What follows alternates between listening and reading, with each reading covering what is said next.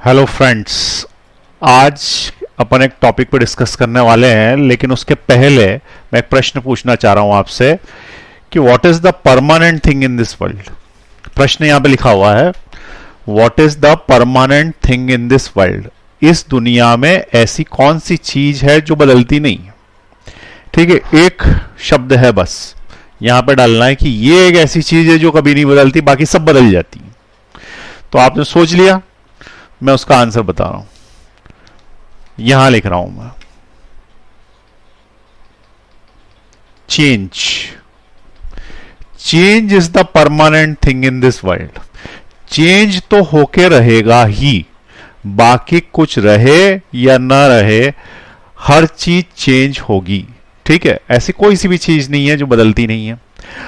अब सवाल ये उठता है कि यदि आपने आपको अपने समय रहते हुए बदल लिया तो ठीक है, और नहीं तो दुनिया आपको बदल देगी, रिप्लेस कर देगी किसी और चीज से। जैसे मान लो कि पहले फोन चलते थे नोकिया, ठीक है, इतने बड़े बड़े फोन आते थे, तो उसके वक्त एंड्रॉइड फोन आया। तो एंड्रॉइड जो है वो नोकिया ने अडॉप्ट नहीं किया, उसने नई टेक्नोलॉजी नहीं ली, उसने बोला हम नंबर वन है, फोन मतलब नोकिया, घड़ी मतलब HMT, और वॉशिंग पाउडर मतलब सर्फ। ठीक है, तो इस तरीके से नाम ही हो गए थे ये। तो फोन नोकिया वालों ने क्या बोला कि हम अपने आप को बदलने वाले नहीं है। लोगों ने कहा ठीक है, एंड्रॉइड चल गया, लोगों ने नोकिया को ही बदल दिया। अब बेचारी कंपनी बिक गई, दूसरे के पास है, फिर उन्होंने वापस एंड्रॉइड लॉन्च करके जैसे तैसे मार्केट में आने की कोशिश करी। ऐसे कैसे HMT घड़ियां बनाती थी, लोग बनाना, डिजिटल घड़ियां आ गई, दूसरे तरह की घड़ियां क्वार्ट्स आ गई, उन्होंने अपनी टेक्नोलॉजी चेंज नहीं करी, वो वैसे के वैसे ही रह गए। कई कंपनियां बंद हो चुकी हैं इस तरीके से। कहने का तात्पर्य यह है कि या तो अपने आप को बदल लो, जैसे बजाज ने बदल लिया, बजाज स्कूटर बनाता था, वो यूं झुकाना पड़ता था और फिर वो चलता नहीं था, डिसबैलेंस था। फिर उनने क्या किया, प्रोडक्शन बंद कर दिया और चालू कर दिया बाइक बनाना, और बाइक बनाना चालू कर दिया, तो आज भी वो मार्केट में टिके हुए, बजाज का नाम आज भी है। स्कूटर पूरे ही बंद कर दिया। तो अपने आप को बदलना तो पड़ेगा। ठीक है, तरीका बदल जाता है। जैसे पहले पेंटर्स होते थे, वो पेंट करते थे, कोचिंग क्लासेस जैसे कुछ नाम भी लिख देते थे। लेकिन अब क्या हुआ, फ्लैक्स प्रिंटिंग आ गई। फ्लैक्स प्रिंटिंग आ गई, उनका रोजगार खत्म हो गया, क्योंकि फ्लैक्स पे ना तो गलती होती है और ना ही उसके अंदर फॉन्ट छोटे बड़े होते हैं, जो कि पेंटर गलती करता था। तो इस तरीके से उस टेक्नोलॉजी ने पेंटर का काम खत्म कर दिया। अब पेंटर कुछ और काम करना, या तो वो अपने आप को बदल लेता, उस वक्त वो फ्लैक्स की टेक्नोलॉजी सीख लेता, DTP वर्क या डिजाइनिंग करना सीख लेता, तो वो सर्वाइव कर जाता। कुल मिला के कहने का मतलब ये है कि या तो अपने आप को बदलो, या दुनिया तुम्हें रिप्लेस कर देगी, बदल देगी, कोई और ले आएगी। ठीक है, अब क्या हुआ, रातों रात कोरोना आया। ठीक है, और पढ़ने पढ़ाने का तरीका ही बदल गया। हम पहले ऐसे बिठा के 200-400 बच्चे एक साथ पढ़ाते थे, अब हो ये गया है कि खाली कमरे में पढ़ा रहे हैं। लेकिन अगर अपने आप को नहीं बदला तो दुनिया तो रिप्लेस कर ही देगी आपको, क्योंकि पढ़ाई लिखाई तो चलनी है, वो तो चेंज हो नहीं सकता सिस्टम। नॉलेज तो एक दूसरे को ट्रांसफर करनी है। तो हमने अपने आप को चेंज कर लिया। अब सवाल यह है बच्चों का कि वो अपने पढ़ने का तरीका कैसे चेंज करें इस कोरोना काल में। यही आज अपना टॉपिक है डिस्कशन। तो जो मैंने हेडिंग ऊपर लिखी है कि बच्चों को कोरोना काल में कैसे पढ़ाई करनी चाहिए, इसका मेन मकसद यह है कि उन्हें अपने आप को बदलना पड़ेगा। यदि वो ट्रेडिशनल पढ़ाई जैसे पहले करते आ रहे थे वैसी की वैसी करते रहेंगे, कोई रिजल्ट अच्छा आने वाला नहीं है। ठीक है, अभी वो उनको क्या लगता है कि क्लास में जैसे बैठे थे, मस्ती करते हैं, स्कूल जाते हैं, स्कूल में पीरियड लगते हैं, अब ये सब बंद हो गया। अब वीडियो आता है, आपको देखना है देख लो, नहीं देखना मत देखो, अटेंडेंस ऐसी डिजिटल पे लगा दो, कहीं पे भी घूमते रहो, सोते रहो, कुछ भी कर सकते हो आप। तो अब रिस्पॉन्सिबिलिटी बढ़ गई है। और यदि आपने ऐसा सोचा कि कोई हमारे ऊपर डंडा लगाएगा और फिर हमको जो है वो क्लास में बिठाएगा और हम क्लास में मस्ती करेंगे तो हमें मारेगा या फिर हमें पनिशमेंट देगा तब हम सुधरेंगे, तो ऐसा कुछ नहीं होने वाला। अब जो करना है वो आपको ही करना है, और अगर नहीं करा तो परीक्षा में जो रिजल्ट आएगा उसके जिम्मेदार भी आप ही हो। तो कुल मिला के मैं फालतू की बातें ना करते हुए मेन मुद्दे की बातें बताता हूं कि किस तरीके से बच्चे को पढ़ना चाहिए। पहली चीज, अब पढ़ाई हो रही है वीडियोस पे, यानी कि ऑनलाइन, उससे आंखें खराब होने की पूरी खतरा है। अब सवाल यह है कि हम घंटों उन वीडियो को देखें और अपनी आंखें खराब कर लें, और मान लो डॉक्टर बन भी गए तो अंधे डॉक्टर बन के करोगे क्या? पहले तो अपना इलाज करना है ना। तो सबसे पहले हमें अपनी आंखें बचानी है। दूसरी चीज, हमें अपना दिमाग बचाना है। क्यों? क्योंकि उसके अंदर लगातार वो बोलता है, यानी जैसे मैं बोल रहा हूं और आप सिर्फ सुन ही रहे हो, इंटरेक्शन नहीं हो रहा या फिर किसी और तरीके की गतिविधि नहीं हो रही, तो उस केस में आपका दिमाग काम करना कम करेगा। जबकि आपको इंटरेक्टिव पढ़ाई की आवश्यकता थी, जैसे पहले चलती थी, लेकिन अब सिस्टम नहीं है, तो क्या करें, हम रोते रहे क्या क्या वो तो चला गया, अब क्या करें, नहीं, हमने आपको बदलना पड़ेगा। ठीक है, तो अब मैं सिस्टमेटिक तुम्हें पॉइंट बताता हूं। पहली चीज, 2 घंटे का वीडियो देखने के बाद पॉइंट वाइज लिखते जाएं।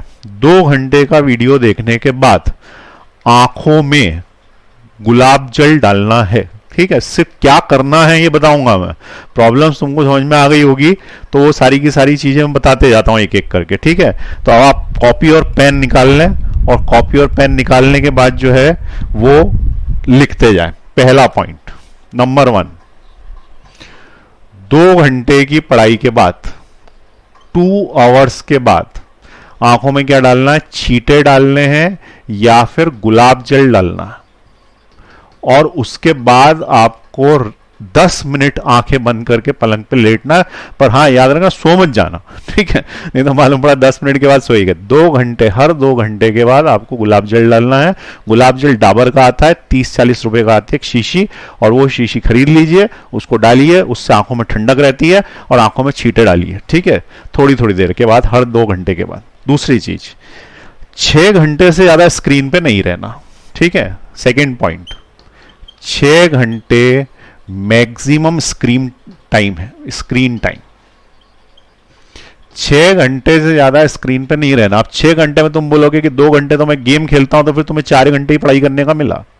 इसका मतलब तुम्हारे पास जो कुछ भी है, चाहे तुम व्हाट्सएप चला रहे हो या फेसबुक चला रहे हो, यूट्यूब देख रहे हो या फिर आप पढ़ाई कर रहे हो, तुम्हारे पास 6 घंटे हैं। 6 घंटे से ज्यादा आंखों को कष्ट देना नहीं, उसके अंदर से रोशनी निकलती है और रोशनी जो है वो आंखों को डैमेज करती है। ठीक है, और चश्मे चढ़ जाएंगे, जैसे हमको चढ़ गए। हमें तो खैर दूसरी कारण से चढ़े थे, किसी ने ईंट मार दी थी इसलिए लग गया था मेरे को चश्मा। लेकिन अब मैं देख रहा हूं कि क्लास में पहले 1 या 2 चश्मे वाले होते थे, अब क्लास में 1 या 2 चश्मे वाले नहीं होते। ठीक है, बाकी सभी को चश्मा लग गया, और वो चश्मा लगने के जिम्मेदार आप स्वयं हैं। तीसरे नंबर पे जो ट्यूबलाइट्स जलती हैं और जो रोशनी जलती है उसकी बात बताऊं। ठीक है, तो नंबर 3 पे बल्ब का यूज नहीं करना है, बल्ब का यूज नहीं करना। अब देखो, मैं इंजीनियर हूं और एमबीए किया है और 20 साल से फिजिक्स पढ़ा रहा हूं और कॉलेज में और स्कूल में टॉपर रहा हूं। ठीक है, और उस समय का इंजीनियर हूं, तो मैं तुमको जो भी बात बताऊंगा साइंटिफिक बताऊंगा, ऐसे कुछ भी नहीं बताऊंगा। अब तुमको अगर समझ में आ जाए तो ठीक, नहीं तो सिर्फ मेरी बात मान लेना कि बल्ब यूज नहीं करना, ट्यूबलाइट यूज करनी है। अब उसका रीजन क्या है ये बताता हूं, अगर तुम समझ पाओ तो। बल्ब जो होता है, it is a point source of line. ठीक है, और ट्यूबलाइट जो होती है, tube light it is a linear source of light. ठीक है, फिजिक्स समझा रहा हूं थोड़ा सा ताकि तुमको समझ में आए कि क्या यूज करना है क्या नहीं यूज करना है। इस पूरे कमरे में इस समय 2 और 2 4 और 5 और 3 इधर 6 7 8 ट्यूबलाइट्स लगी हुई हैं, रिकॉर्डिंग के काम आती है। एक भी बल्ब नहीं है। ठीक है, बल्ब लगाते ही नहीं है हम, लगाना ही नहीं। तो ट्यूबलाइट जो है वो क्या है, लीनियर सोर्स ऑफ लाइट। इसके अलावा एक और होता है, वो सोर्स होता है प्लेन सोर्स। तो जिस व्यक्ति ने 12th की फिजिक्स पढ़ी हो तो प्लेनर सोर्स या प्लेन सोर्स बोलते हैं उसको।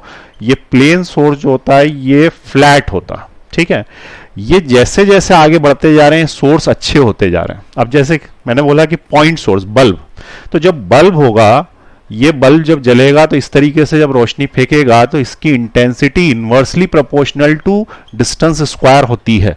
ठीक है, अब कुछ लोगों को इंटेंसिटी समझ में नहीं आ रही होगी। इंटेंसिटी मतलब रोशनी, तो रोशनी जो है वो इनवर्स ऑफ आर स्क्वायर होती है।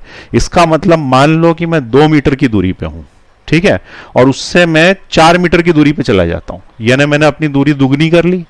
यदि मैंने अपनी दूरी दुगनी कर ली तो इंटेंसिटी 1/2r का होल स्क्वायर, इसका मतलब intensity is proportionate to 1/r square into 1/4 हो जाएगी, यानी कि रोशनी की मात्रा 1/4 हो जाएगी।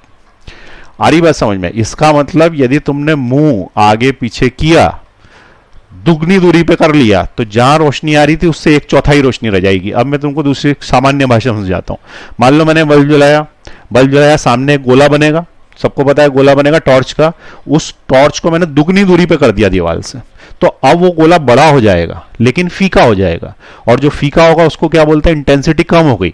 तो अगर मैंने बोला दुगनी दूरी कर दूंगा तो इंटेंसिटी क्या होगी, तो इंटेंसिटी 4 गुनी कम हो जाएगी, यानी पहले से वो 4 गुना फीका हो जाएगा। तो बोले ठीक है, इससे होगा क्या, इससे ये होगा कि हमारी आंखों को कांस्टेंट रोशनी की आदत है, उसको यदि रोशनी फ्लक्चुएट करते हैं तो वो परेशान होती है। मान लो कि तुम्हें कमरे में बिठा दूं और बल्ब के साथ एक रेगुलेटर लगा दूं पंखे का, और जैसे ही तुम पढ़ने बैठो मैं यूं यूं करूं तो रोशनी कम ज्यादा होगी ना, तो तुम्हारी आंखें परेशान होगी, आंखों पे स्ट्रेस आएगा, आंखों पे स्ट्रेस आएगा तो तुम क्या होगा, सिर भी दर्द करेगा और आंखों को डैमेज भी होगा, नसें उसकी डैमेज हो सकती हैं।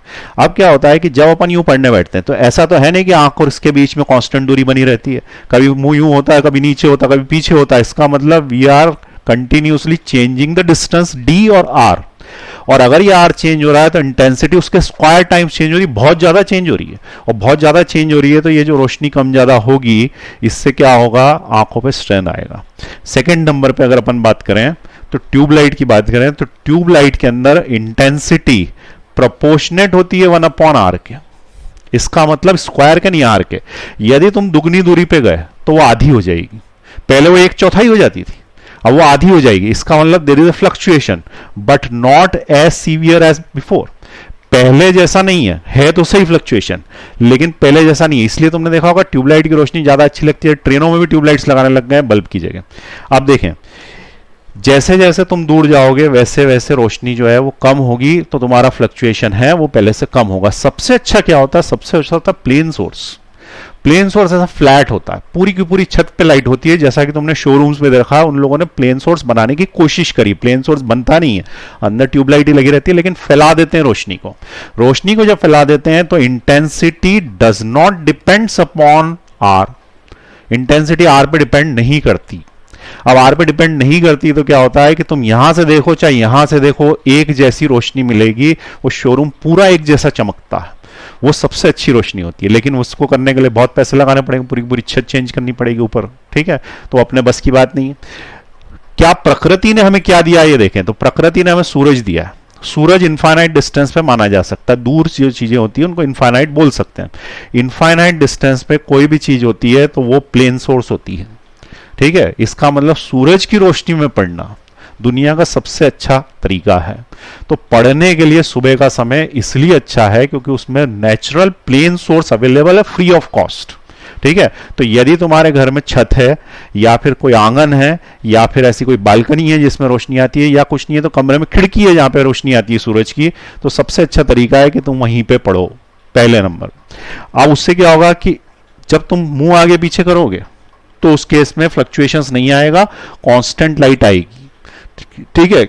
एक चीज बताओ, एक आदमी छत पे है, एक आदमी नीचे है, थोड़ा सा नीचे या एक मंजिल नीचे, दोनों को बराबर सूरज की रोशनी मिलती है ना। ऐसा थोड़ी कि हम ऊपर चले जाते हैं तो ज्यादा मिलती है, या ऊपर चले जाते हैं तो बारिश ज्यादा आती है, नीचे वाले को कम मिलती है, तो सबको एक जैसी मिलती है। एक जैसी इसलिए मिलती है क्योंकि सूरज की रोशनी does not depends upon the distance, ठीक है। ये प्लेन सोर्स की बात।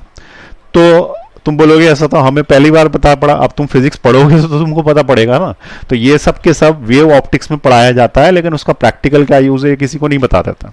एक और तुमको एग्जांपल बताता हूं, तुमको शायद उससे समझ में आ जाए, आम आदमी को समझ में आ जाएगा। पहले जमाने में स्पीकर चलते थे ऐसे गोल, देखे थे स्पीकर्स, ठीक है, उससे साउंड आता है, वो सबने सुना हुआ है। अब जो स्पीकर्स आ रहे हैं ऐसे लंबे आ रहे हैं, तो तुमने अगर सराउंड साउंड या देखा हो टीवी के साथ अटैच होता है, वो लंबे स्पीकर्स होते हैं। लंबे जो स्पीकर्स होते हैं वो क्यों बनाए गए, पहले तो गोल स्पीकर्स होते थे, तो गोल स्पीकर होते हैं पॉइंट सोर्स, ये पॉइंट सोर्स बल्ब जैसा, इसके अंदर जो कान में आवाज आती है उसके अंदर तुम कान जरा सा इधर उधर करोगे ना तो उसके अंदर फ्लक्चुएशंस आएंगे, वो बात अलग है, तुम पहचान नहीं पाओगे, लेकिन साउंड स्पेशलिस्ट पहचानता है। अगर लाइन सोर्स लगा देते हैं तो बहुत अच्छा साउंड आता है, ठीक है। और अगर तुम शीट सोर्स लगा दोगे, इस प्लेन सोर्स को शीट सोर्स भी बोलते हैं, यदि ऐसा लगा दोगे तो एक अलग ही आवाज आएगी। क्या तुमने कभी प्लेन सोर्स से सुना है, तो वो है टॉकीज में लगा रहता। टॉकीज में कहीं स्पीकर लगे देखे, नहीं देखे, लगे भी होते हैं तो बिल्कुल दूर दूर फैला फैला के लगाए जाते हैं, यहां से यहां तक, या फिर उस पर्दे के पीछे रहते हैं छोटे छोटे स्पीकर्स, उसके पीछे कई सारे लगा के उससे प्लेन सोर्स बना देते हैं। जैसे मैं इस दीवार पे पूरे पे बल्ब लगाते जाऊं, 100-200 बल्ब लगा दूं ऐसे लाइन से, ऐसे रो वाइज कॉलम वाइज, उसके बाद शीट लगा दूं, तो ये प्लेन सोर्स बन जाएगा। सब दूर एक जैसी इंटेंसिटी आएगी, ऊपर नीचे करने से फर्क नहीं पड़ेगा। इसलिए तुमने देखा सबसे जो बेकार साउंड आता है वो गोले वाले स्पीकर में आता है, वो रिप्लेस हो चुके हैं। अब उसकी जगह सारे के सारे साउंड बार्स चल रहे हैं, और साउंड बार्स जो है वो ज़्यादा अच्छी आवाज़ देते हैं। हम ये शीट वाले लगा नहीं सकते घरों में, नहीं तो ये वाले सबसे बेस्ट हैं जो टॉकीज में लगे रहते हैं। तो अब तुमको क्या समझ में आया? मैंने 15-20 मिनट भाषण दिया और ये सारी फिजिक्स पढ़ाई, अब तुम्हें समझ में आ रहा होगा कि हाँ बात सही कर रहा हूँ, ठीक है। तो ये जो मैं समझा रहा हूँ, अब मैं ये बताऊं कि गुलाब जल क्यों डालते, तो इसके लिए मुझे तुमको आयुर्वेद पढ़ाना पड़ेगा। तो 1 घंटा पढ़ाऊं, इससे अच्छा है कि मेरी बात मान लो, मैं पढ़ा लिखा इंसान हूं, ठीक है, और जो है वो कुछ भी फालतू की बातें नहीं बताऊंगा। तो आप क्या करें, आंखों में पानी डालें। रीजन बता रहा हूं, उससे electrons, basically that is electron emitting gun. Electron emitting gun ही थी पहले सीआरटी, और उसकी जगह इन लोगों ने क्या किया, एलईडी लगा दिया। एलईडी और एलसीडी, एलईडी और एलसीडी जो है वो भी लिक्विड क्रिस्टल डिस्प्ले, एक प्रकार की लाइट आंखों में फेंकते हैं फोटॉन्स के रूप में। जब फोटॉन जाते हैं तो फोटॉन कैरीज एनर्जी, और वो जो एनर्जी होती है वो होती है E equal to h nu, ठीक है। अब ये जो एनर्जी आंखों में जाती है तो इट हैज इट्स मोमेंटम, और मोमेंटम कितना होता है, मास इनटू वेलोसिटी। तो उसके कुछ मास होता है, वो वेलोसिटी से जाकर टकराता है, it imparts the force on the cornea, और कॉर्निया पे ये फोर्स लगाएगा तो आंखें लगातार ऐसा होगा जैसे बॉल जा रही है और आंखों से टकरा रही है। और वो भी बॉल नहीं, अंगारे एक तरीके से, आंखों के लिए तो छोटे छोटे अंगारे ही हैं जो जिनको अपन फोटॉन्स बोलते हैं, जो एनर्जी के बंडल होते हैं जो कोई लाइट सोर्स छोड़ता है। अब आंखों के रेटिना से जब ये टकराते हैं तो आंखों पे जलन छोड़ते हैं, एनर्जी छोड़ते हैं, तो उसको ये पानी जो है वो ठंडा कर देता है। और गुलाब ठंडा होता है, सबको पता है, गुलाब जल और गुलूकंद खाया जाता है ठंडक के लिए। तो गुलाब का जल डालने से आंखों में ठंडक होगी। यदि आपके पास गुलाब जल अवेलेबल नहीं है तो कोई फर्क नहीं पड़ता, आंखों में छींटे डालिए सिर्फ, ठीक है, उससे भी काम चल जाता है। तो ये आपको समझ में आया कि इसका भी पूरा फिजिक्स समझाऊं, वैसे समझा दिया थोड़ा सा, लेकिन 2-2 घंटे के बाद क्या करना है, गुलाब जल डालना है। 6 घंटे से ज़्यादा स्क्रीन टाइम देना नहीं। उसके बाद पॉइंट सोर्स यूज करने की जगह तुम ट्यूबलाइट का लीनियर सोर्स यूज करो। उसके बाद आगे सुने, चौथे नंबर पे क्या कर रहे हैं। 4th नंबर पे आंखों को आराम देने के लिए दूर देखें। अब तुम बोलोगे दूर कैसे देखें? दूर मतलब खिड़की खोल के ऐसे आसमान दिख जाए तो बहुत अच्छी बात, दूसरों का पेड़ पौधा अड़ोस पड़ोस में कहीं भी देखें, ठीक है। तो जहां भी देखें दूर देखें, ठीक है, दूर देखें। अब दूर देखने से क्या होता है, तो अब मैं तुम इसका फिजिक्स समझाऊं क्या कि बात समझ में आ गई हो? नहीं आए, क्योंकि क्या आजकल क्या पढ़े लिखे इंसान हो गए, उनको जब तक समझाओ नहीं उनकी लैंग्वेज में, जब तक वो मानते हैं कि कुछ भी मतलब ज्ञान देने के लिए आ गया। वैसे ज्ञान देने वाले भी बहुत हो गए व्हाट्सएप पे, तो पता ही नहीं पड़ता सत्य क्या, असत्य क्या है, और परम सत्य क्या है ये भी नहीं पता पड़ता। तो मैं तुम्हें समझाऊं क्या? अगर तुम्हारे पास समय हो तो एक बार समझ लोगे, हमेशा याद रहेगा कि ये दूर क्यों देखना चाहिए। तो उसके लिए हमको 12th क्लास के रे ऑप्टिक्स में जाना पड़ेगा। उसके अंदर आई की फंक्शनिंग सिखाई जाती है, मेडिकल में भी सिखाई जाती है। हमारी आंख की फोकल लेंथ एडजस्टेबल है।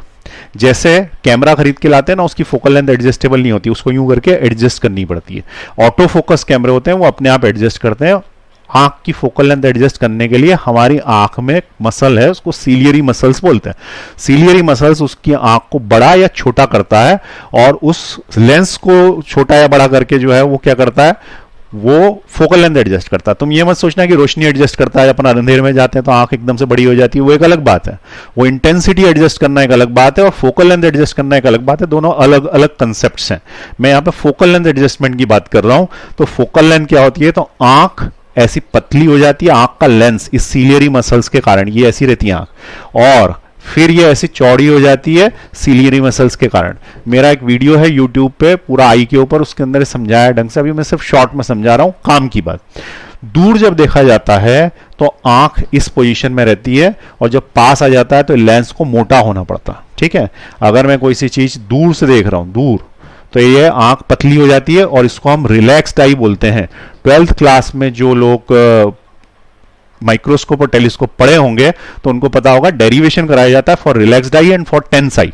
बेसिकली उसको बोलते हैं at 25 centimetre it is for tense eye, ठीक है। और दूसरे नंबर पे बोला जाता है रिलैक्स्ड आई के लिए फोकस एट इन्फिनिटी, इन्फिनिटी पे जब फोकस किया जाता है।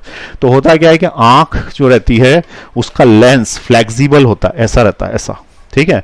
और जब अपन पास देखते हैं तो उसको यूं होना पड़ता है, तो इसको टेंस होता है वो पास देखने से। और जब अपन दूर देखते हैं तो रिलैक्स हो जाता है। भगवान ने नेचुरली ऐसा बनाया है, न कि ऐसा बनाया। तो होता क्या है कि तुम लगातार पढ़ाई करोगे, लगातार स्क्रीन देखोगे, तुम्हारी आंख पास में फोकस्ड है। तो उसका फोकस के कारण उसको लगातार यूं, मतलब एक तरीके से देखा जाए तो यूं करके बोल दूं कि खड़े रहो घंटों, एक पैर पे खड़े रहो, तो तुम टेंस हो जाओगे ना, ऐसे तुम्हारी आंख उस समय टेंस हो जाती है। रिलैक्सेशन पोजीशन क्या है कि हम जमीन पे लेट जाएं, ये रिलैक्सेशन है। तो हम क्या करें कि आंख को दूर दिखाएं थोड़ी थोड़ी देर में, कितनी देर में, 15-15 20-20 मिनट के गैप के बाद, जब अपन देख रहे हो। इसीलिए मैंने बोला खिड़की के पास या गैलरी में कहीं के जाओ या छत पे जाओ और दूर देखो। और दूर देखने से क्या होगा कि तुम्हारी आंख ऐसी फ्लैट हो जाएगी, मतलब आंख फ्लैट नहीं हो जाएगी, आंख का लेंस फ्लैट हो जाएगा और आंख रिलैक्स हो जाएगी और हमको जो है वो ज्यादा टेंशन नहीं मिलेगी। आंख पे टेंशन आएगी, दिमाग पे भी आएगी, डायरेक्ट कनेक्टेड है यहां से यहां तक नस है, मेडिकल वाले समझते हैं इस बात को। दूसरी चीज, इसका एग्जाम्पल बताता हूं। जब आदमी परेशान हो जाता है उसको बोलते हैं ना कि आप पचमढ़ी घूमने जाओ या फिर माउंट आबू घूमने जाओ या हिल स्टेशन जाओ। तो बेसिकली हिल स्टेशन पे है क्या, हिल स्टेशन पे अपन देखते हैं तो दूर दूर तक नजरें जाती हैं, दूर तक नजरें जाती हैं, आंखें रिलैक्स होती है, दिमाग रिलैक्स होता है, ये तो उसका मैकेनिज्म है। ठीक है, घर में बैठे रहते हैं, कमरे के अंदर ही घुटे रहेंगे, तो इतने से 10x10 15x10 का कमरा जो रहता है उसके अंदर जो है हमारी आंख की दृष्टि आगे जा ही नहीं पाती, हमारी आंख को परमानेंट टेंस रहना पड़ता है। ठीक है, तो इसलिए आप थोड़ी थोड़ी देर में आंखों को रिलैक्सेशन दे। ये समझ में आई बात। अब ये 4 बातें मैंने तुमको इसके लिए बता दी, फिर से रिपीट कर रहा हूं। पहली चीज गुलाब जल डालें, दूसरी चीज 6 घंटे से ज्यादा आंखों पे रोशनी ना जाने दें, क्योंकि फोटॉन्स अटैक करते हैं मोमेंटम से, आंखों का रेटिना खराब होने की संभावना हुई थी। बल्ब की जगह ट्यूबलाइट यूज करें, प्लेन सोर्स लगवा सके तो बहुत ही अच्छी बात है। और अगर थोड़ी थोड़ी देर में पढ़ने के बीच में गैप मिले तो दूर देखें उसको। ठीक है, ये तो आंखों की बारे में बात हो गई। उसके बाद रात में सोते समय पैरों में सरसों का तेल लगाएं। अब इसका मैं तुमको फिजिक्स या आयुर्वेद नहीं समझा रहा, इससे रिलैक्स्ड होकर आंख नींद आती है और रिलैक्स होकर नींद आएगी तो सुबह तरोताजा उठोगे। बहुत सारे बच्चे मेरे पास इतनी सारी चिटें आती हैं जब मैं पढ़ाता हूं तो वो चिटें इधर से इधर पास करते हैं कि सर हमको रात में नींद नहीं आती। ठीक है, क्योंकि एक दिन में हफ्ते में ऐसा भी रखता था कि फिजिक्स तो हर दिन ही पढ़ाते हैं, एक दिन ऐसा भी रखता था कि बच्चों की सामान्य प्रॉब्लम्स दूर, क्योंकि उन प्रॉब्लम्स को दूर करेंगे तो वही तो जाके वो पढ़ पाएंगे, नहीं तो पढ़ते तो है ही वो, लेकिन रिजल्ट्स नहीं आ पाते इतने अच्छे। तो वो बहुत सारे बच्चे बोलते हैं रात में नींद नहीं आती। तो रात में नींद नहीं आती तो उसका एक तरीका है, आप क्या करिए, सबसे पहले रात में प्याज खा के सोएं। ठीक है, पहली चीज। दूसरी चीज, रात में पैर धोएं और पैर का सीधे सीधे कनेक्शन दिमाग से, एकदम रिलैक्सेशन होता है, और उसमें सरसों का तेल तलुओं पे लगाएं और सो जाएं। ठीक है, तो इससे ये 2 चीजों से आपको नींद आएगी। तीसरे नंबर पे और क्या करना है, तो प्राणायाम करना, और कैसे करना अभी आगे वीडियो में बताऊंगा। ठीक है, तो वो एक अपने आप में पूरा का पूरा टॉपिक है। तो यहां तक समझ में आई, आपको दूर देखना है। उसके बाद आंखों के लिए अगर आपके आसपास हरी घास है, दूब जिसको बोलते हैं, उसके ऊपर ओस की बूंदें आती है सुबह, नंगे पैर उसके ऊपर चलें, आंखों की रोशनी अच्छे से रह जाएगी। ठीक है, आंखें रिलैक्स रहेगी, क्योंकि आंख से ही काम करना है भाई। जो चीज देखोगे 6-6 10-10 घंटे तुम पढ़ रहे हो, 6 घंटे तो वीडियो ही देख रहे हो, उसके अलावा पढ़ भी तो रहे हो, तो तुम्हारी आंखों पे बहुत ज्यादा जोर आ रहा है। ठीक है, इसको बचा के चलनी है, क्योंकि ये जीवन भर काम आने वाली। चलिए, उसके बाद अपन नेक्स्ट बात करें कि टाइम टेबल क्या बनाना है और किस तरीके से आगे बढ़ना है। ठीक है, ये एक और बात कर लें फटाफट। तो सबसे पहले मैं तुम्हें बताऊं कि टाइम टेबल कैसे बनाना है। तो यहां पे लिखा है, देखो, what is the permanent thing, तो चेंज। तो अपने आप को चेंज कैसे करना है यही बता रहा हूं मैं। कोरोना काल में हमें पढ़ाई कैसे करनी है या किस तरीके से अपने आप को बदलना है, यही हमारा टॉपिक है। तो एक इसके अंदर पॉइंट हो गया, पहला मेजर पॉइंट हो गया। वो मेजर पॉइंट क्या कवर कर लिया मैंने, आंख की देखभाल कैसे करनी है, आंख बचानी। ठीक, अब उसके बाद दिमाग बचाना। सेकंड नंबर पे क्या बचाना, दिमाग बचाना, क्योंकि यही तो काम आएगा परीक्षा में, और क्या काम आना। ठीक है, वो जो कॉपी किताबें तुमने रखी है वो तो काम आनी नहीं है, वहीं रहेंगी, परीक्षा हॉल तक ले जा नहीं पाओगे। दिमाग ले जाओगे, दिमाग में ही सब कुछ लिख के ले जाओगे। अब सवाल ये है कि दिमाग का क्या क्या करें। आंख के तो 4 पॉइंट्स बता दिए थे, तो ये 4 पॉइंट्स याद रखना, 4 पॉइंट बताए, चारों ही करने हैं। ठीक है, अब उसके बाद दिमाग का क्या करना है यहां पे समझे। सबसे पहली चीज, दिमाग जितना हमें दिया है उससे हम उससे 2 से 5 से 7% तक तेज कर सकते हैं। ठीक है, जो जो मैं चीजें बताऊंगा उससे आप 10% तक तेज कर सकते हो। अब तुम बोलोगे बहुत सारी चीजें बताऊंगा, बहुत मेहनत, ठीक है, और सिर्फ 10% चेंज कर पाओगे, क्योंकि जितना है उतना है, लेकिन अगर 80 है तो 90 हो जाएगा, 60 है तो 70 हो जाएगा। अब तुम बोलोगे 10% में क्या होता है, ठीक है, एक एक चीज से 2-2% होता है, तो 10% से क्या होता है? अरे एक नंबर पे मेडिकल का सिलेक्शन और एक नंबर पे आईटी का सिलेक्शन रुक जाता है। इवन सेम मार्क्स के बच्चे का मेडिकल में सिलेक्शन रुक जाता है। 630 पे एक बच्चे का सिलेक्शन हुआ और 630 ही नंबर पे दूसरा बच्चा है जिसका सिलेक्शन नहीं हुआ, क्योंकि टाई हो गया। अब टाई के लिए नियम ये बना रखे हैं कि जिसके फिजिक्स में सब्जेक्ट, बायोलॉजी में इसके अंदर तो बना रखा, बायोलॉजी में जिसके नंबर ज्यादा होंगे उसको रैंक दे देंगे, नहीं होंगे बराबर होंगे तो केमिस्ट्री फिर देखेंगे फिजिक्स, और नहीं होगा तो एज देखेंगे। इस तरीके से कुछ बच्चे ऐसे होते हैं सेम नंबर पे वो एमबीबीएस बन जाते हैं, डॉक्टर बन जाते हैं, और बच्चा वो बच्चा उसी समय वो कंपाउंडर या नर्स बन जाता है, ठीक है, सेम नंबर पे। तो वहां पे तो एक नंबर का फर्क दिक्कत दे देता। ये कोई 10th क्लास का बोर्ड एग्जाम्स नहीं है कि 92 बना के 94 बना, कोई फर्क नहीं पड़ता। यहाँ पे 92.999934 तक रैंक देते हैं। आईआईटी की रैंक्स देखी है आपने? आईआईटी के परसेंटेज देखे? 99 पॉइंट के पीछे 10 जीरो तक डिजिट्स रहते हैं परसेंटेज, उससे रैंक सिलेक्ट होती है। इतनी कंपटीशन है, और इतनी कंपटीशन में 10% बोल रहा हूं, कोई बोला आधा % कैसे बढ़ता है, तो उसके पैर पकड़ लो कि बताओ आधा % कैसे बढ़ता है, ठीक है। तो आप सुने, ब्रेन को कैसे अच्छे से रखना है, उसके लिए सबसे पहली चीज तुम्हें प्राणायाम करना पड़ेगा, पक्का करना ही पड़ेगा, ठीक है। उसके अलावा कोई ऑप्शन ही नहीं है। मैं हजारों टेक्निक्स ट्राई करके देख चुका हूं। प्राणायाम में कौन सा प्राणायाम करना है, तो उसके अंदर भ्रामरी प्राणायाम करना है, ठीक है। भ्रामरी प्राणायाम में क्या करते हैं, कानों में उंगली डाल लेते हैं और उसके बाद आंखों को ऐसे बंद करके ओम का उच्चारण कर सकते हैं। ओम की जगह वैसे करके ऐसे आवाज निकालते हैं। जैसे ही आवाज निकालोगे दिमाग में वाइब्रेशंस चालू हो जाएंगे। दिमाग में वाइब्रेशंस चालू होंगे तो जैसे मान लो एक चादर है, उसके ऊपर धूल लग गई है, अब अगर उसको यूं यूं हिलाएंगे तो उसके ऊपर से धूल उड़ जाती है ना। इस तरीके से उसके जो तुम्हारे दिमाग में कचरा वचरा जम गया है, कचरा या क्या बोलेंगे उसको, केमिकल कुछ भाषा होगी, वो सब हट जाता है। दिमाग एकदम रिलैक्स हो जाता है और कंसंट्रेशन बनने लगता है पढ़ाई में। एक बार पढ़ते हैं, एक बार के अंदर ही निकल जाता है। पहले मैं यहाँ पे आईटी सेंटर में पढ़ाता था भोपाल में, तो वहां पे एक बच्चा था गधा, एक नंबर का गधा, जेईई एडवांस में निकल गया वो, कुछ 1,500 कुछ रैंक आई उसकी। मैंने कहा कैसे हो गया ऐसा, तो मैंने जीवन में पहली बार देखा कि इतना गधा बच्चा जो कि 60-70 ऐसे कुछ परसेंटेज वाला था। तो मैंने कहा ऐसे कैसे हो गया कि तू एडवांस में निकल गया। 90% वाले पढ़े रह जाते हैं, कहीं नहीं ऊंच होता उनका। तो उसने बोला कि मैं एक विपश्यन्या के शिविर में गया था, कोई शिविर होता है विपश्यन्या का, ध्यान का, और उस शिविर में जाने के बाद मैंने ध्यान की टेक्निक सीखी और उससे मेरा जीवन पूरा ही परिवर्तित हो गया। अब मैं किताब को एक बार पढ़ता हूं तो मेरे को पूरा याद हो जाता, जबकि पहले मैं 10 बार पढ़ता था, मन ही लगता था और परीक्षा में जाके सब भूल जाता था। तो उसने क्या किया कि मेडिटेशन किया। मेडिटेशन में जो प्राणायाम है सबसे काम के हैं, ठीक है। तो इसमें 2 काम के हैं तुम्हारे, वैसे तो बहुत सारे हैं लेकिन 2 या 3 मैं तुमको बताऊंगा। सिर्फ दिमाग से संबंधित, बॉडी से संबंधित कुछ बात नहीं करनी, क्योंकि वो हमारा विषय नहीं है। हमारा विषय है कि हम पढ़ाई कैसे करें। वो तो फिर एक बाबा रामदेव जो है उनका फॉलो करो तो आपको सब सारी चीजें पता पड़ जाएगी। उन्हीं से मैंने सीखा है, उन्हीं वही गुरुदेव है हमारे, और उन्हीं के द्वारा जो है बहुत कुछ सीख लिया है। अभी आपको विश्वास नहीं होगा, मेरा वजन 100 किलो था, ठीक है। मैं सिर्फ दिमाग वाले प्राणायाम करता था, शरीर वाले कुछ नहीं करता था। तो मेरा वजन जो है वो 100 किलो हो गया, चलने फिरने में दिक्कत होने लगी। अभी 4 महीने के अंदर ये वो रखी है यहाँ पे वेइंग मशीन, ठीक है। 4 दिन के अंदर 4 महीने के अंदर जो है वो 20 किलो वजन कम कर लिया है मैंने, 20 किलो, ठीक है।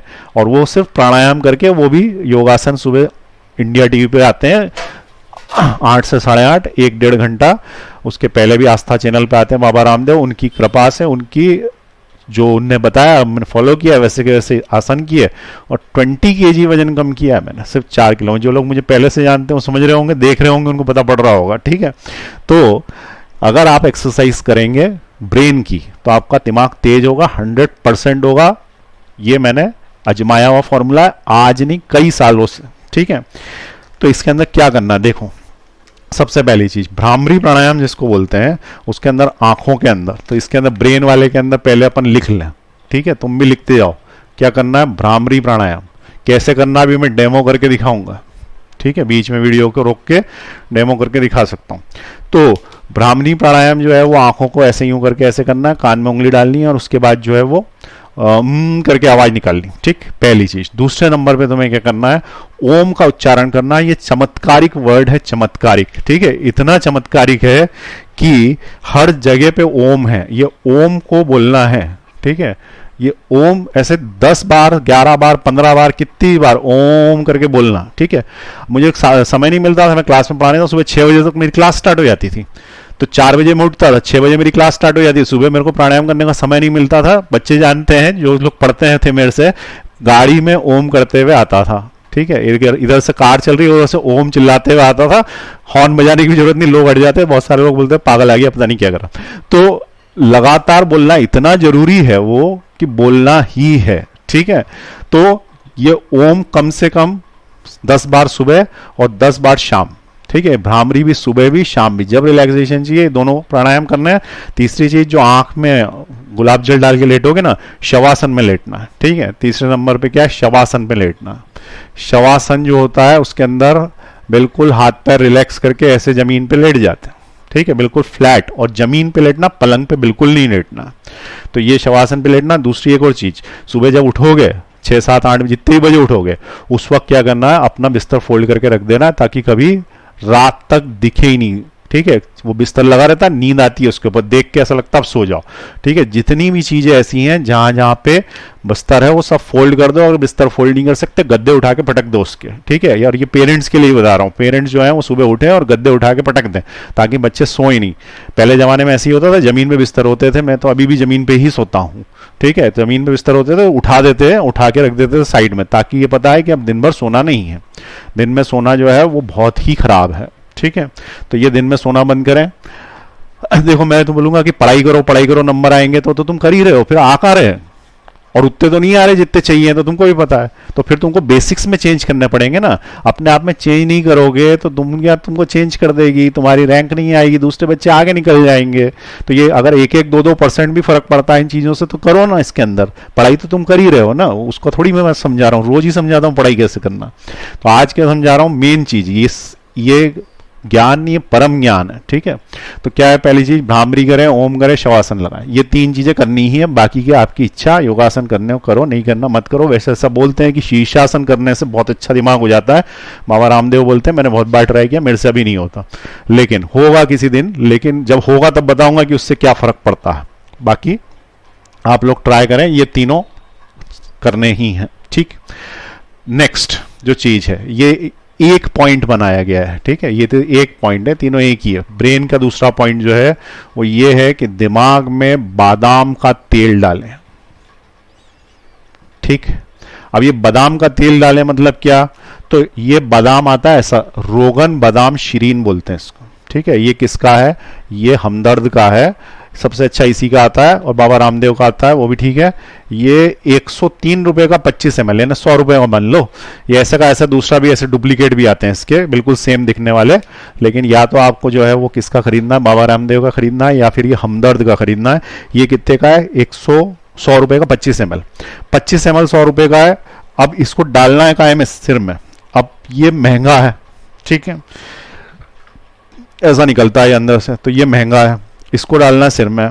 अब सवाल ये उठता है कि या तो आप अमीर हैं तो आप डायरेक्ट डाल लीजिए, जैसा भी है। और यदि आपको लगता है ये महंगा है, तो फिर इसके अंदर क्या करिए, खोपरे का तेल डालिए। मैं क्या करता हूँ, 50% खोपरे का तेल और 50% ये मिला लेता हूँ। और जरूरत पड़ती है तो ज़्यादा खोपरे का तेल डाल दो। इतना खोपरे का तेल डाल के उसके अंदर, खोपरा मतलब कोकोनट ऑयल के अंदर ये मिला लें।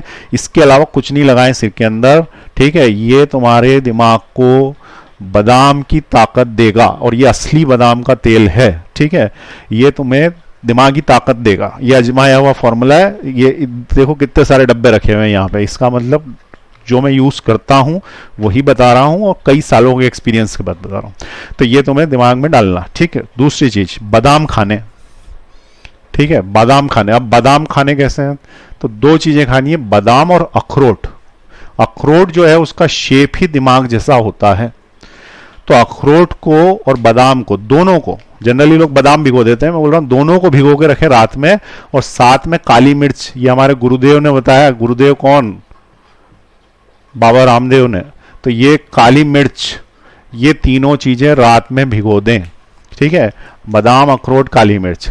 कम से कम 6 बादाम एक आदमी के लिए, 2 अखरोट और 4 काली मिर्च, ठीक है। ये सब रात में भिगो दें और सुबह जो है पानी फेंक दें, बादाम का छिलका निकाल दें ऊपर से, और ये तीनों चबा चबा के खाएं, ठीक है। उसके पहले सुबह उठते से ही कम से कम 2 गिलास या 3 गिलास गर्म पानी, हल्का गर्म पानी पिए। हल्का गर्म पानी पीने के बाद ये तीनों चीजें खाएं। ठीक, अब ये तीनों चीजें खाने से तुम्हें दिमागी ताकत मिलेगी, याद करने की क्षमता बढ़ जाती है। ये 100% प्रूवन है, इसमें कोई शंका नहीं है। जो फॉर्मूले तुम्हें याद नहीं रहते, फिजिक्स में विस्कोसिटी याद नहीं आ रहा, सरफेस टेंशन का फॉर्मूला मुझे याद नहीं आ रहा, यंग्स मॉडुलस क्या था, y = mgl/πr²l था कि क्या था, याद नहीं आ रहा, ये सब समस्याएं दूर हो जाएगी, पूरा रट जाएगा तुमको, ये मेरी गारंटी है। मैंने आजमाया हुआ है, कई बच्चों को करवाया। ठीक है, तो ये आप करिए, बादाम, अखरोट, काली मिर्च। ठीक है, ये खा लीजिए। दिमाग में क्या डाल लिया आपने, बादाम का तेल डाल लिया, या फिर ब्राह्मी का तेल भी आता है, लेकिन उस वो कम मिलेगा तो उसका थोड़ी स्मेल भी अलग रहती है। बादाम का तेल डाल लीजिए। कोई भी चीज़ खाने की नहीं लेनी है, सिर्फ ये वाली जो बादाम का तेल है लगाने के लिए यूज़ करना। ठीक है ना, तो ये दो चीज़ें आपने खाने में चेंज किया, ये आपने क्या है काय में चेंज किया, आपने अपने डेली रूटीन में चेंज किया। अब सवाल ये उठता है कि उठना कितने बजे। ठीक है, अब उठना कितने बजे, तो उसके लिए दो बातें हैं। सुबह 5 बजे उठना है। ठीक है, अब तुम बोलोगे 5 बजे नींद नहीं खुलती क्योंकि हम जो है वो रात भर पढ़ते हैं। कोई बात नहीं, देखो ध्यान से समझे, 5 बजे उठना है, 8 घंटे सोना है। ठीक है, 5 बजे उठना है, 8 घंटे सोना। अब किसी ने बोला कि मैं तो रात में 12 बजे सोया, तो उसके लिए तो 8 घंटे 8 बज जाएंगे। 8 बज जाएंगे तो कोई बात नहीं। पहली प्रायोरिटी क्या है, 5 बजे सुबह उठना पहली प्रायोरिटी है कि 8 घंटे सोना पहली प्रायोरिटी है। तो पहले मैं तुम्हें एक चीज बताऊं कि किसी ने बोला कि भाई सुबह उठ के गोली खानी है। ठीक है, काई की, तो बोले तो देखो कैंसर हो गया, कैंसर की गोली सुबह उठ के खानी है। उसने बोला मैं सुबह तो खा नहीं पाया, तो क्या शाम को भी छोड़ दे क्या वो, कि शाम को खा लेनी चाहिए अगर सुबह भूल गया तो उसका आंसर शाम को खा ले। नहीं खाएगा तो और भी गड़बड़ हो जाएगी। तो अगर तुम सुबह उठ के पढ़ते हो बहुत अच्छी बात है, 5 बजे उठ जाते हो बहुत अच्छी बात है, लेकिन नहीं उठ पाते इसका ये मतलब नहीं है कि आप नींद कम करें अपनी। क्या आपने बोला कि मैं 12 बजे सोया तो भी मैं 5 बजे उठ जाऊंगा, 5 ही घंटे सोऊंगा, तुम उस वक्त कर सकते हो ऐसा। मैं चाहूं तो ऐसे कुछ भी चीज उठा लूंगा, उठ भी ऐसा ही जाएगी, लेकिन अगले दिन हाथ दुखेगा मेरा। ठीक है, तो ऐसे तुम 5 घंटे सो के काम चला सकते हो, 4 घंटे सो के भी चला सकते हो, लेकिन जब ये काम चलाओगे तो तुम्हारा दिमाग लगातार थकेगा। दिमाग के नियम है कि उसको 6 से 8 घंटे नींद चाहिए। और ये जो 8 घंटे सोना मैंने लिखा है, ये 8 घंटे बिस्तर पे जाने का समय, 1 आध घंटा तो नींद आती नहीं। और सुबह उठ भी जाते हैं तो 15-20 मिनट इधर उधर आलस करते रहते, सब इंक्लूडेड है इसके अंदर। तुम 12 बजे अगर बिस्तर में गए तो सुबह 8 बजे बाहर हो जाना है, 11 बजे गए तो 7 बजे हो जाना है, 10 बजे गए तो 6 बजे हो जाना है, और 9 बजे गए तो 5 बजे हो जाना है। यह आइडियल है, इसका यह मतलब नहीं है कि तुम पीछे वाला ले लो आगे वाला ना लो। तुम्हें 8 घंटे सोना ये जरूरी है, जरूरी है, जरूरी। ठीक, सुबह 5 बजे उठ जाओ अच्छी बात है, नहीं तो 6 बजे उठ जाओ, 7 बजे उठ जाओ, 12 बजे उठ जाओ सुबह। ठीक है, लेकिन 8 घंटे सोना जरूरी है। लेकिन ऐसा मत सोचना कि 12 बजे सो के उठ रहे हैं तो वो फ्रेशनेस नहीं आएगी। दिमाग 8 घंटे का रिलैक्स हो जाए, फ्रेशनेस नहीं आएगी, याद नहीं रहेगा। इस ब्रह्म मुहूर्त में उठने से जो बात आती है वो दूसरे में नहीं आती। ठीक है ना, जैसे आर्टिफिशियल अपन कोई सी शरबत घोल के पी लें, गुलाब की या फिर मैंगो की, किसी की भी, वो मैंगो की शरबत रहती है और मैंगो खाते हैं उसका मजा अलग ही रहता है। तो ये वाले का मजा अलग ही है, लेकिन इसके चक्कर में 8 घंटे नहीं सो रहे, ऐसा नहीं करना। मेरे हिसाब से 9 बजे बिस्तर में चले जाओ, ज्यादा से ज्यादा 10 बजे जाओगे तो भी 6 बजे उठ जाओगे, 6 बजे भी चलेगा। ठीक है, सुबह 6 बजे अगर उठ गए बहुत अच्छी बात है। जब उठे तब सवेरा, उस वक्त जो है वो 3 गिलास गर्म पानी पीना है, 2 गिलास से 3 गिलास। उसके बाद ये बादाम अखरोट खाने हैं और उसके बाद प्राणायाम करना। प्राणायाम करने के बाद जो दैनिक दिनचर्या से निपट के नहा धो के सीधे पढ़ने बैठ जाना। उसके बाद सीधे 1-1:30 बजे तक उठना नहीं। ठीक है, जब तक खाने का समय नहीं हो जाए। नाश्ता तुम सुबह ही कर चुके हो, जो करना हो सुबह मम्मी से बनवा लेना। और 1 से 1:30 बजे तक उठना नहीं। 1:30 से 2 बजे तक एक बीच में वो 2 घंटे का ब्रेक लेना, वो 10 मिनट का वो लेना, आंखों में छींटे डालने के लिए, रिलैक्स भी होना। उसके बाद लगातार 1 बजे तक पढ़ना है, फिर खाना खाना, उसके बाद आगे का टाइम टेबल सोचेंगे क्या करना। ठीक है, तो ये सुबह की दिनचर्या, उसके बाद आगे का तुम अपने हिसाब से सेट कर लेना जितना तुमको समय मिलता। और शाम को 6 बजे से 6:30 से 7 तक नहीं पढ़ना चाहिए। ऐसा उसका में क्या होता है, 2 तरह की लाइट्स मिल रही होती हैं, एक हमारी ट्यूबलाइट्स मिल रही होती है, दूसरी वो जो सूरज से रोशनी है, उसको दिन मिलेगा समय बोलते हैं। ऐसे जॉइंट्स पे नहीं पढ़ना चाहिए, उस समय पढ़ना बंद करें। ठीक है, तो अब अगले समय ये समझ में आ गया क्या बताया। तो ये तो खाने पीने में चेंज हुआ, दिस इज नंबर 2। ठीक, 8 घंटे सोना है ये मैंने बता दिया, 5 बजे उठना है, ये नंबर 3 पे आ गया। ठीक, नंबर 3 पे क्या आया, 8 घंटे सोना है, 8 घंटे सोना है और 5 बजे उठना है। ठीक, अब उसके पहला वाला नंबर 1 पे इसलिए लिखा है क्योंकि ये ज्यादा जरूरी है, दूसरा वाला सेकेंडरी है पर उठना है। ठीक, उसके बाद एक बहुत इंपॉर्टेंट चीज है, सोना किस दिशा में है। अब तुम बोलोगे कि इसका क्या लॉजिक है, ये तो आप तो अध्यात्म की बातें करने लग गए। ये अध्यात्म नहीं, 100% साइंटिफिक है। तुम बोलोगे तो मैं तुमको भी इसका जैसे साइंस समझाया ना इंटेंसिटीज का, ऐसे भी साइंस भी समझा सकता हूँ उसको। ठीक है, और समझा ही देता हूँ क्योंकि तुम क्या है, आधा अधूरा ज्ञान रहता है ना, उससे कुछ पता नहीं पड़ता। मैं तुमको पूरा फिजिक्स ही समझा देता हूँ कि ये किस दिशा में सोने का क्या फिजिक्स है। ठीक है, 1 मिनट रुको, मैं तुमको एक चीज दिखा दूं पहले।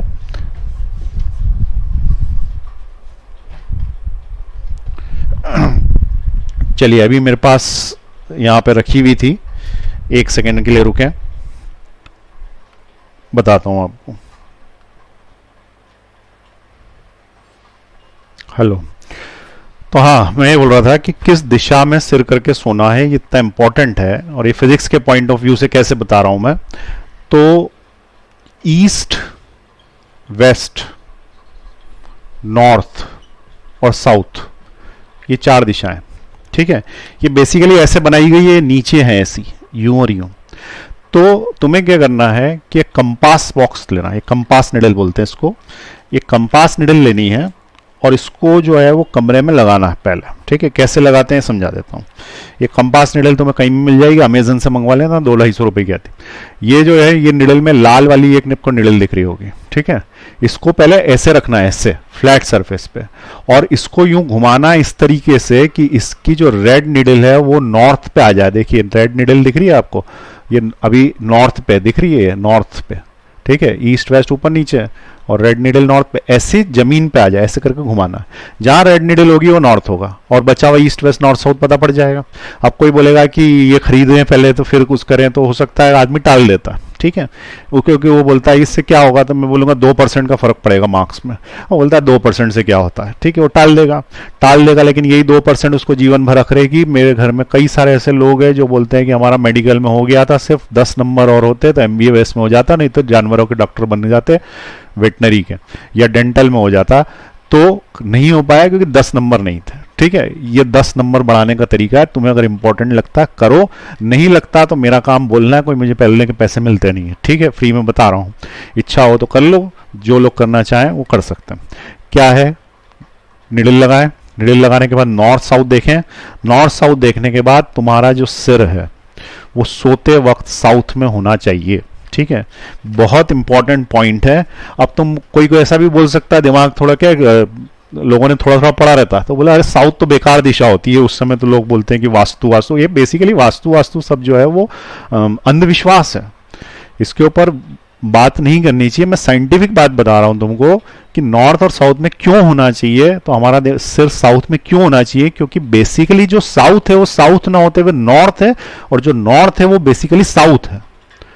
अब तुम बोलोगे बादाम का तेल डाल के पागल हो गया लगता है, ऐसा ही है।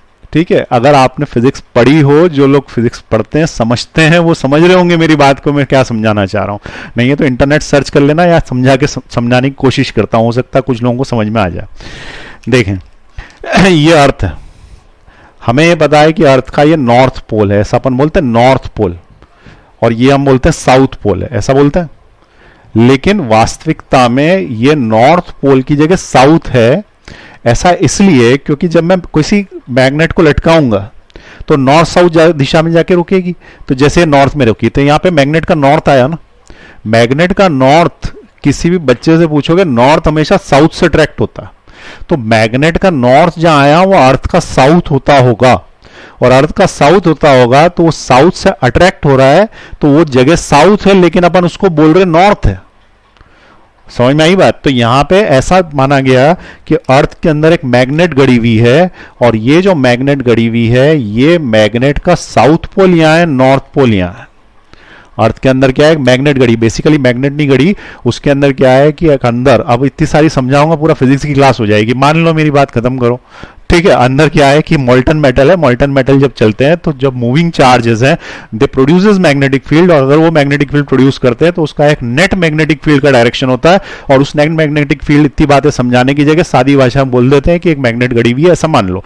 तो यहाँ पे एक मैग्नेट गड़ी हुई है जिसको नॉर्थ और साउथ पोल्स दिखाया जाता है, जहां हम नॉर्थ बोल रहे होते हैं वहां साउथ पोल होता है, तभी तो हमारे मैग्नेट का नॉर्थ वहां पर अटकता है। आ रही बात समझ में? तो जो हम तुमको समझा रहे हैं कि साउथ की तरफ सिर करके सोना है, बेसिकली वो मैग्नेटिक नॉर्थ है और उसको हम ज्योग्राफिकल साउथ बोलते हैं।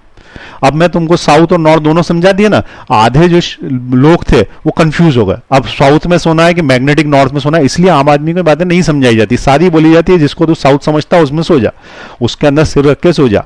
अब उससे होगा क्या, यहां से जिन लोगों को फिजिक्स आती है वो समझते हैं कि magnetic lines of forces always starts from north pole and ends at south pole. इसका मतलब यदि इसका ग्राफ यदि 10वीं भी तुमने फिजिक्स में पढ़ी होगी तो तुमको पता होगा कि इस तरीके का कुछ डायग्राम बनाया था। वो बात अलग है कि तुमको समझ में नहीं आया क्योंकि तुम्हारे टीचर को भी नहीं पता कि वो पढ़ा क्या रहा है, ठीक है, उसका प्रैक्टिकल उपयोग क्या है। तो यहाँ पे क्या है, यहाँ पे साउथ पोल है, ये नॉर्थ पोल है, तो they starts from north and ends at south. North मतलब इसका नॉर्थ और इसका साउथ, तो बेसिकली वो निकली कहां से, तुम्हारे लिए साउथ पोल से निकली, और तुम्हारे लिए साउथ पोल से निकली तो हमारी जो मैग्नेटिक लाइंस ऑफ फोर्सेस है हमारे दिमाग से निकल के पैर पे जाती है कि पैर से निकल के दिमाग पे जाती है, दिमाग से ही निकलेगी ना, पैर की तरफ जाएगी, तो हमारा सही अलाइनमेंट हो जाता है इस मैग्नेटिक फील्ड के साथ। तो यहां पे यदि तुम सोओगे इस तरीके से सोओगे तो तुम्हारे दिमाग से निकलने वाली जो लाइनें हैं वो इससे सही अलाइन हो जाएगी, रात में रिलैक्स नींद आएगी, सपने भी कम आएंगे, और तुम्हारी गहरी नींद होने के कारण जब दिमाग को रिलैक्सेशन मिलेगा तो अगले दिन जब तुम चीजें याद करने की कोशिश करोगे तो तुम में एक तो एनर्जी होगी और दूसरा जो है वो तुम्हें जल्दी याद होगा, ठीक है, और जल्दी चीजें समझ में भी आ जाएगी क्योंकि चीजें इतनी आसान नहीं है, इतनी कॉम्प्लेक्स है, ठीक है। जो साउथ है वो नॉर्थ है, जो नॉर्थ है वो साउथ है। अब इतनी कॉम्प्लेक्सिटी तुमको, ये तो छोटी छोटी बातें बता रहा हूं, और तुम्हें तो बड़ी बड़ी मोटी किताबें पढ़नी है, तो उनको कैसे करोगे तुम, तब तक आपका दिमाग तेज नहीं होगा, आप नहीं कर पाओगे, ठीक है। तो ये क्या बताया फाइनली, कंपास निडल के हिसाब से। अब कोई बोलेगा मेरे पास कंपास निडल नहीं है, तो उसके लिए एक तरीका है, मुझे नहीं पता कौन से फोन में होता है या नहीं होता, मेरे पास MI का फोन है एक, उस MI के फोन में मैग्नेटोमीटर है, बाकी तुम्हें स्पेसिफिकेशन देखना पड़ेगा। MI के सभी फोन्स में मैग्नेटोमीटर आता है, नहीं तो किसी दोस्त से 10 मिनट के लिए ले लेना, उसके अंदर एक ऐप डाउनलोड करना, उसका नाम है मैग्नेटोमीटर या इसी तरह का कोई सा भी, वो सेम ऐसा का ऐसा कंपास चलेगा, और उसको जब दिखाएंगे तो उसके वाले केस में वो नॉर्थ साउथ दिखा देता, पता पड़ जाता है किधर नॉर्थ है किधर साउथ। अब देखो मैं इसमें बहुत बारीकी करना नहीं चाहता, लेकिन एक छोटी सी बात बता दूं, जैसे जैसे समय बीतता जा रहा, 10 साल 500 साल 700 साल 1000 साल, ये मैग्नेटिक फोल शिफ्ट हो रहा है, ठीक है। एक ऐसी जरा सी जानकारी दे रहा हूं, ये जो नॉर्थ आज है और साउथ है, जो अपन बोलते हैं कि मैग्नेट को लटकाएंगे नॉर्थ साउथ में जाके लटक जाएगी, अगर आज की तारीख में बात करें तो ये 12 से 15 डिग्री शिफ्ट हो चुका है, तो अंदर ही अंदर मैग्नेटिक फील्ड घूम रहा है। आज से 50,000 साल बाद या 20,000 साल बाद बच्चों को पढ़ाया जाएगा कि जब मैग्नेटिक नीडल लटकाई जाती है तो वो ईस्ट वेस्ट में आ जाती है, और ये किस स्पीड से घूम रहा है, ये 5 किलोमीटर प्रति सेकंड ऐसी कुछ स्पीड है।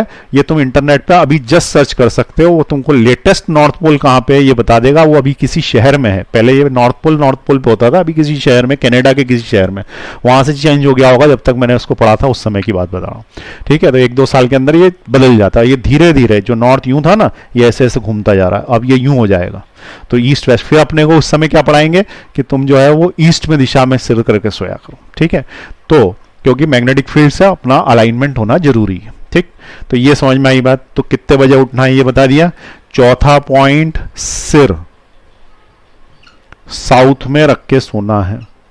साउथ मतलब कौन सा, ज्योमेट्रिक साउथ, मतलब जो तुम आज तक समझते थे मेरे इस लेक्चर के पहले, ठीक है। अब ये इतना कुछ बताने की जरूरत नहीं थी, लेकिन बता दिया उन लोगों को जिनको थोड़ी बहुत फिजिक्स आती है, 10th क्लास तक पढ़े लिखे हैं, वो समझ पाते हैं इस चीज को, ठीक है।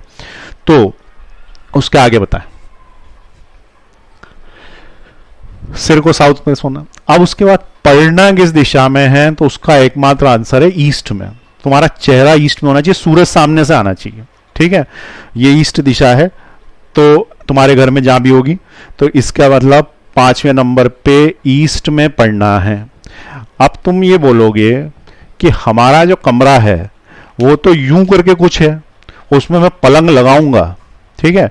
तो पलंग ऐसे डायगोनली आएगा तब जाके ईस्ट वेस्ट होगा, किसी किसी के घर में ऐसा भी होगा। तो देखो भाई, पलंग की खूबसूरती देखनी है कि परीक्षा में अच्छे नंबर लाने हैं, आईआईटी में सिलेक्ट होना है, मेडिकल में सिलेक्ट होना है, कि घर में पलंग की खूबसूरती देखनी है, ये तुम डिसाइड कर लो, जो तुम्हारे लिए ज़्यादा इंपॉर्टेंट है वैसा कर लो। ठीक, चलिए उसके बाद आगे बढ़ाएं। तो ईस्ट में तुम्हारा चेहरा होना चाहिए, पढ़ोगे अलग ही बात आएगी, करके देखना है, और हर चीज़ 40 डेज तक करके देखनी है। ये जितनी भी बताई, ये भ्रामरी वामरी, ऐसा नहीं कि एक दिन करा और अगले दिन तुम्हारे नंबर कम हो गए और किसी टेस्ट में तो दुखी हो गए। ये सारी चीजें 40 दिन तक करनी है। अब ये 40 दिन का क्या गणित है ये भी बताऊं क्या, इसका भी साइंस बताऊं? तो इसका भी साइंस समझ ले। हमारे सेल्स चेंज हो रहे हैं, ये बॉडी पे जो अभी सेल है ना, ये चेंज हो जाएगा, अगले दिन दूसरा आ जाता है, लेकिन पूरी बॉडी में अलग अलग ब्रेन सेल्स किसी दिन में, मसल सेल किसी समय बाद 15 दिन में, अभी मेरे को याद नहीं कौन से कितने दिन में, एक एवरेज समय है कि पूरी बॉडी जो है वो 40 दिन में करीब करीब चेंज हो जाती है।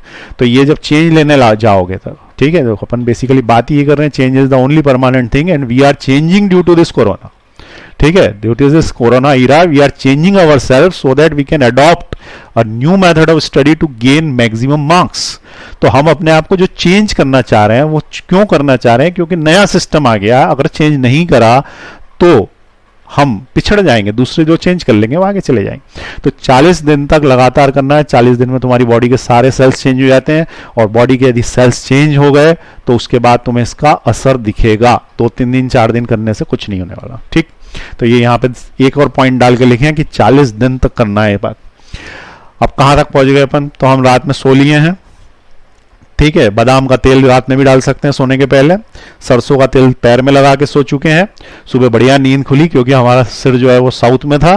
फिर हमने सुबह उठे, सुबह उठ के हमने गर्म पानी पिया, गर्म पानी के बाद हमने ये बादाम चबाया, अखरोट, काली मिर्च, और उसके बाद हम नहा धो के जो है वो बादाम का तेल डाल के सिर के अंदर ईस्ट की तरफ मुंह करके पढ़ने के लिए बैठ गए। 2 घंटे पढ़ने के बाद हमने क्या किया, ब्रेक लिया, आंखों में गुलाब जल डाला, आंखों में छींटे डाले, उसके बाद हमने शवासन लगाया, लेटा। उसके पहले हम भ्रामरी प्राणायाम वगैरह सब कर चुके हैं सुबह, ठीक है ना, एक बार 2 बार करने हैं, शाम को भी करना है। और उसके बाद हम पढ़ने के लिए बैठे, और बैठने के बाद लगातार 1-1.5 बजे तक नहीं उठे, यहां तक का कार्यक्रम पूरा सेट हो गया। ठीक है, उसके बाद आगे क्या करना है? तो उसके बाद जो है वो आपको रिवीजन करना है। दूसरी चीज, अब मैं तुमको स्टेप्स बता रहा हूं, पढ़ने के स्टेप्स। ठीक है, हर आदमी बोलता है मैं तो बहुत पढ़ता हूं, अभी बच्चे व्हाट्सएप पे डालते रहते हैं मैं तो बहुत पढ़ता हूं सर, नंबर नहीं आते। तू पढ़ता है इसीलिए नंबर नहीं आते। बेसिकली तेरे को पढ़ना नहीं, पूरी प्रोसेस करनी है पढ़ने की। तो उसका सिर्फ एक पार्ट कर रहा है, दैट इज पढ़ना, और वो पार्ट कर रहा है तो उससे नंबर नहीं आने वाले, उसके आगे भी करना है। तो तुम बोलोगे कि पढ़ने से नंबर नहीं आया तो छोड़ दें क्या? नहीं, वो एक पार्ट है उसका। 3 पार्ट में से तुम एक पार्ट कर रहे हो, तो इसलिए 33% नंबर आ रहे हैं। बचे हुए 2 पार्ट्स और करो तो फिर 99 या 100% नंबर आए। तो ये जो 40 डेज तक करना है, इसको यहां लिख देता हूं 40 डेज। उसके बाद पढ़ना कैसे है ये बता रहा हूं। ठीक है, तो ये जो सेकंड पॉइंट है ये अपना खत्म हो गया। यहाँ पे 4-5 पॉइंट तक अब जो भी पॉइंट डाल लेना। उसके बाद 5वें नंबर का पॉइंट में डाल रहा हूँ पढ़ना कैसे, 6ठे नंबर का डाल देता हूँ पढ़ना क्या है। तो बेसिकली पढ़ना जो प्रोसेस है वो 3 पार्ट्स में बटी हुई है। ठीक है, पढ़ना जो प्रोसेस है वो 3 पार्ट्स में बटी हुई है साइंटिफिकली। पहले नंबर पे जो है उसको बोलते हैं अध्ययन। ठीक है, अध्ययन, मनन और चिंतन, ये 3 पार्ट्स हैं, अध्ययन, मनन और चिंतन। ठीक है, अध्ययन का मतलब वो है जो हम जनरली कर रहे हैं, उसके बाद के 2 पार्ट्स हम करते नहीं। अध्ययन मतलब क्या, मैंने तुम्हें पढ़ा दिया, तुमने पढ़ लिया, बात खत्म हो गई। उसके बाद मनन का मतलब उसे याद रखना, सबसे इंपॉर्टेंट चीज है उसको याद रखना। ठीक है, मनी मन में उसको बार बार दोहराना। तो जब अपन पढ़ चुके हैं 1 घंटे, और 1 घंटे पढ़ने के बाद उसको अपने को मनन, जैसे फिल्म देख के आते हैं ना, तो 2 घंटे 3 घंटे फिल्म देखी, उसके बाद उसके बारे में कई बार सोचते हैं ना कि अच्छा ये कातिल था कि ये नहीं था। 2-3 घंटे मनन चिंतन चलता है उसके ऊपर। वैसे के वैसे इस चैप्टर के भी करना। पर न्यूटन्स लॉ ऑफ मोशन पढ़ाया तो ऐसा नहीं कि बस मैंने पढ़ा दिया, बात खत्म हो गई, तुमने पढ़ लिया, 1-2 क्वेश्चन लगा दिया। सोचना उसके बारे में, न्यूटन ने कैसे सोचा कि उसके सिर पे सिर्फल गिरा तो उसको कैसे लगा, और क्या चीज हो सकती है, कौन सी चीज ग्रेविटी खींच रही है, कौन सी चीज नहीं खींच रही है, सारी चीजें उसके अंदर डालनी है। ठीक है, और सोचना है अपने बात, और याद रखना। ठीक है, इसको बोलते हैं मनन। ठीक है, मनन मतलब याद रखना, मनी मन में दोहराना। उसके लिए सबसे अच्छा तरीका बता रहा हूं, पढ़ने का सबसे अच्छा तरीका बता रहा हूं, जो भी तुमने टीचर ने पढ़ाया, ठीक है, जो टीचर ने पढ़ाया उसे एक दूसरी कॉपी में नोट करना। अब तुम बोलोगे नोट करने में टाइम वेस्ट होगा, तो तुम्हारे पास टाइम ही टाइम है। ठीक है, ये जीवन में करना क्या, पढ़ने के अलावा कुछ और भी काम है क्या? पापा क्या हमाली करने के लिए भेजते हैं क्या, मजदूरी करने के लिए? सिर्फ पढ़ाई करवा रहे हैं ना, और वो भी तुम्हारे ही भले के लिए करवा रहे हैं। तो इसका मतलब क्या है कि तुमको सिर्फ पढ़ना ही है, इसी का टाइम है तुम्हारे पास, और कोई करना नहीं है कुछ भी काम। तो मनन का मतलब क्या है? मनन का मतलब ये है कि तुम्हें मनी मन सोचना है, और मेरे अनुसार यदि तुम लिखोगे तो लिखो में एक बहुत अच्छी बात है, मनन में जो एक शब्द आता मन, ये बड़ा बदमाश है। ठीक है, इसके बारे में किसी दिन विशेष लंबा एक लेक्चर बताऊंगा ये होता क्या है। तो मन अपना लगता नहीं, ठीक है, किसी का नहीं लगता, थोड़ी देर लगता है, उसके बाद फिर इधर उधर चला जाता कहीं पे भी। तो ये जो मन जो है उसको काबू में करना पड़ता है। कैसे काबू में करना पड़ता है? तो मान लो कि मैं यूं पढ़ रहा हूं ऐसे, और पढ़ते पढ़ते मैं चला गया ख्वाबों में। किसके ख्वाबों में? उसके ख्वाबों में। बच्चे चले ही जाते, तो ये जो ख्वाबों में चले गए, तो ये तुम्हारा पढ़ाई लिखाई वो चले जा रही है, वीडियो चला जा रहा है, कुछ नहीं आ रहा दिमाग में। ठीक है, लेकिन एक चीज ध्यान रखना, जब तुम लिखोगे तो तुम्हें कंसंट्रेट वहीं करना पड़ेगा। तुमको मैं बोलूं कि उसके बारे में सोचो, यहां लिखो, तो उसी के बारे में लिख दोगे, आप फिजिक्स के बारे में नहीं लिखोगे।